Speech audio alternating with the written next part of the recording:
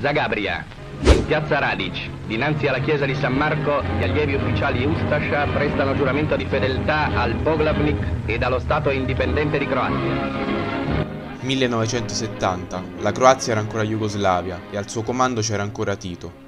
In quell'anno vide la luce il progetto per il monumento dedicato ai partigiani che morirono combattendo contro la milizia Ustascia, la milizia fascista croata, sui monti Petrova Gora tra il 41 e il 42. Tito volle rendere omaggio a quei contadini di etnia serba delle regioni di Kordun e Banja, che temendo le deportazioni, come era già stato visto accadere nell'area di Plitvice, ripiegarono nelle montagne e combatterono. Delle centinaia di contadini catturati, quelli che non furono giustiziati furono inviati nei campi di concentramento in tutta la regione. Nel corso della guerra, circa 27.000 persone della regione di Kordun furono uccise.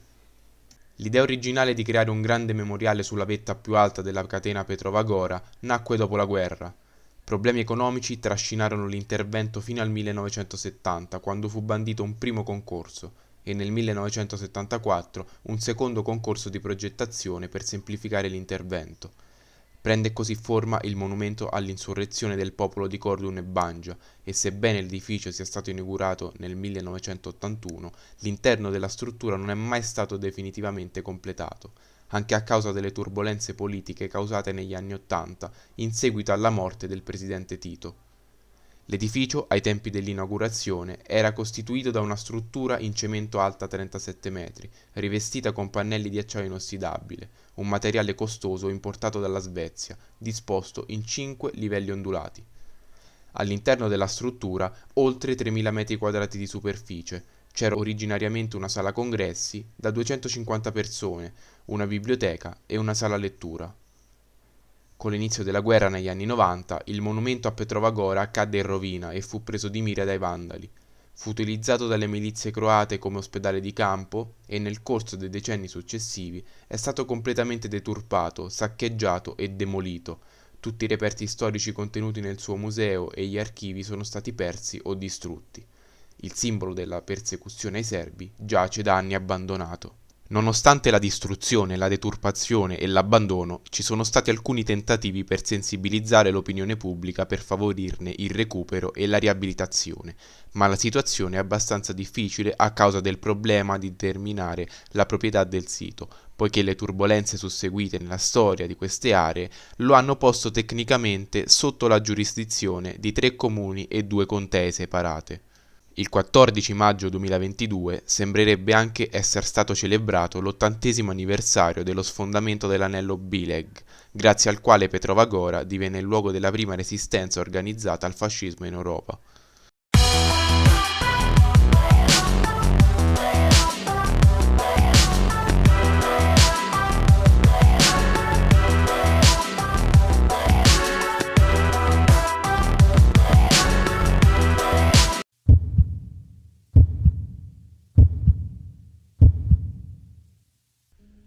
Buongiorno ragazzi. Ciao amici, vi rendo Urbex, guardate in che luogo spettacolare ci troviamo.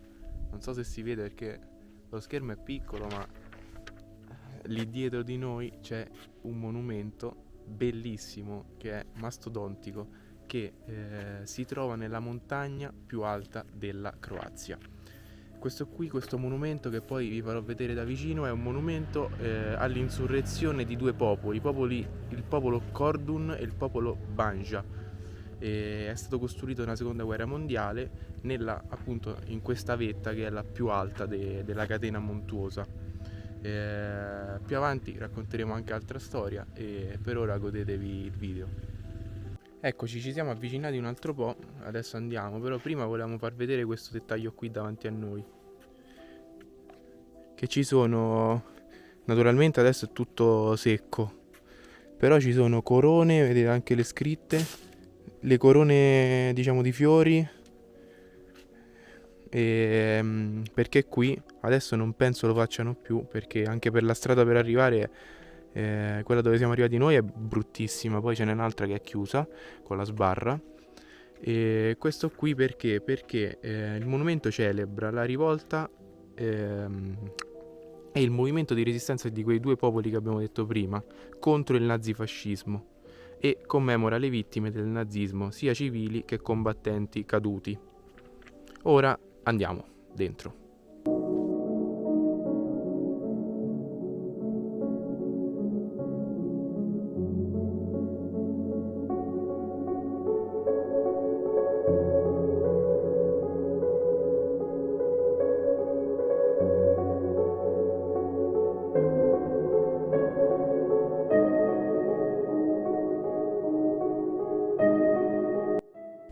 Ragazzi, siamo sotto l'edificio e guardate quanto è grosso. Io sono un moscerino a confronto di questa struttura, cioè guardate che roba. Stiamo andando sotto, lì sulla porta vediamo gli adesivi. E adesso appiccicheremo anche il nostro, così non ci facciamo. Oh. Lo appiccichiamo. Dove lo appiccichiamo? Qua. Qua è il nostro adesivo Endo Purbex. Eccolo qua.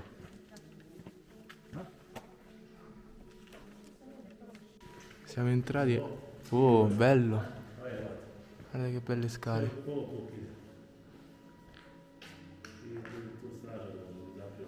C'è anche altra gente. Vogliamo iniziare da sotto?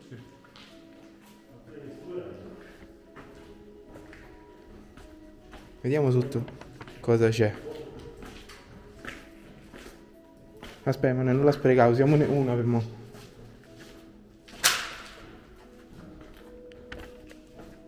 Qui sotto è cemento, bisogna stare attenti a non cadere nelle...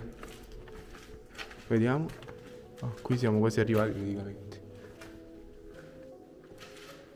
Ma penso che non ci sia nulla, vediamo. Sì, sotto c'è solo acqua, quindi meglio non andarci. Vediamo su giusto queste stanze qui. Penso sia tutto completamente vuoto qui, ma infatti... Adesso saliamo su, facciamo foto in quelle scale.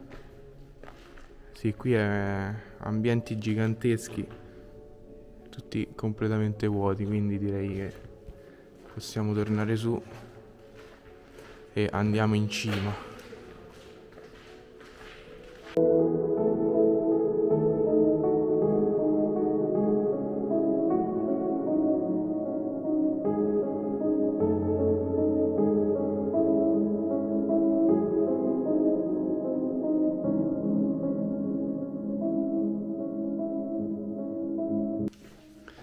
Ragazzi, stiamo salendo le scale. Queste scale belle. Se questi ambienti ad ogni piano sono tutti così vuoti come questo qui ad esempio, noi continueremo ad andare fino a su e poi ci vediamo direttamente su al soffitto, cioè no, al soffitto, vabbè, sul tetto, diciamo, chiamiamolo tetto. Perché questi spazi dovrebbero essere tutti così vuoti, credo. Quindi vediamo un attimo. Qui è da dove siamo venuti noi. E andiamo su.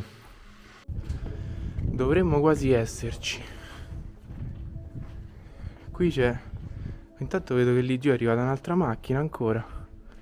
C'è veramente tanta gente sta venendo. Intanto già da qua si può vedere, guardate che vista spettacolare. Continua ad arrivare gente.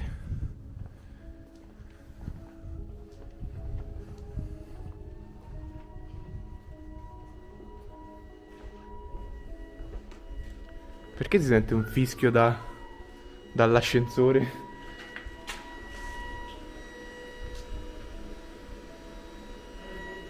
Non riesco a capire, si sente tipo un fischio. Come se fosse attivo, però cioè non ci sta più l'ascensore. Oh, ecco le scale per salire in cima, ci siamo quasi.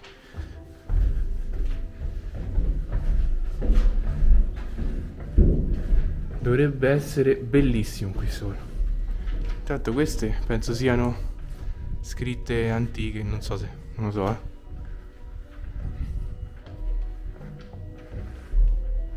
Vediamo, sì, eccoci, siamo sul tetto.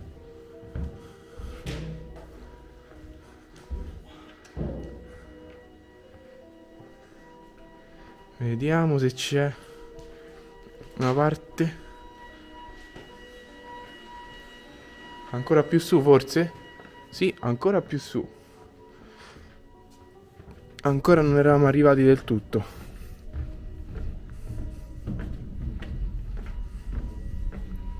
Vediamo. Ah, tira un bel venticello, si sta davvero bene.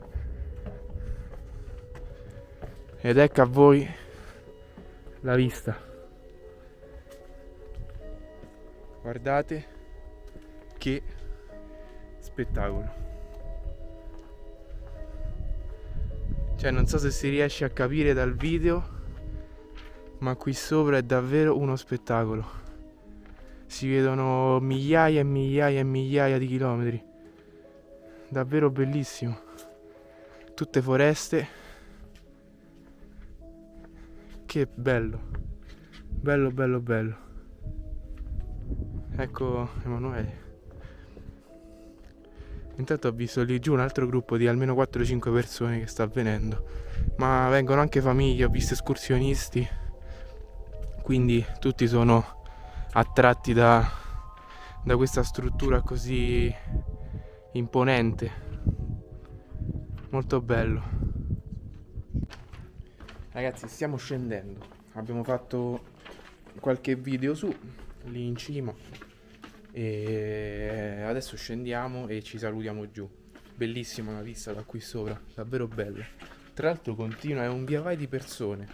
Adesso abbiamo visto in cima che è arrivato un gruppo, un padre con i suoi 2 figli, italiani tra l'altro, però non abbiamo parlato, e con una guida del posto. Penso abbiano, non so, perché era una persona che non parlava benissimo in italiano e presumo sia stata una guida. Ci vediamo giù. Intanto noi stiamo proseguendo con le scale, che ce ne sono abbastanza. Dopo. Eccoci che percorriamo le scale del ritorno verso la macchina e vi salutiamo da questo luogo splendido, bellissimo, davvero, davvero bello, mi è piaciuto, per altre avventure. Come al solito, mi piace, commento, condividete, iscrivetevi al canale e ci vediamo alla prossima tappa. Un saluto, ciao ciao!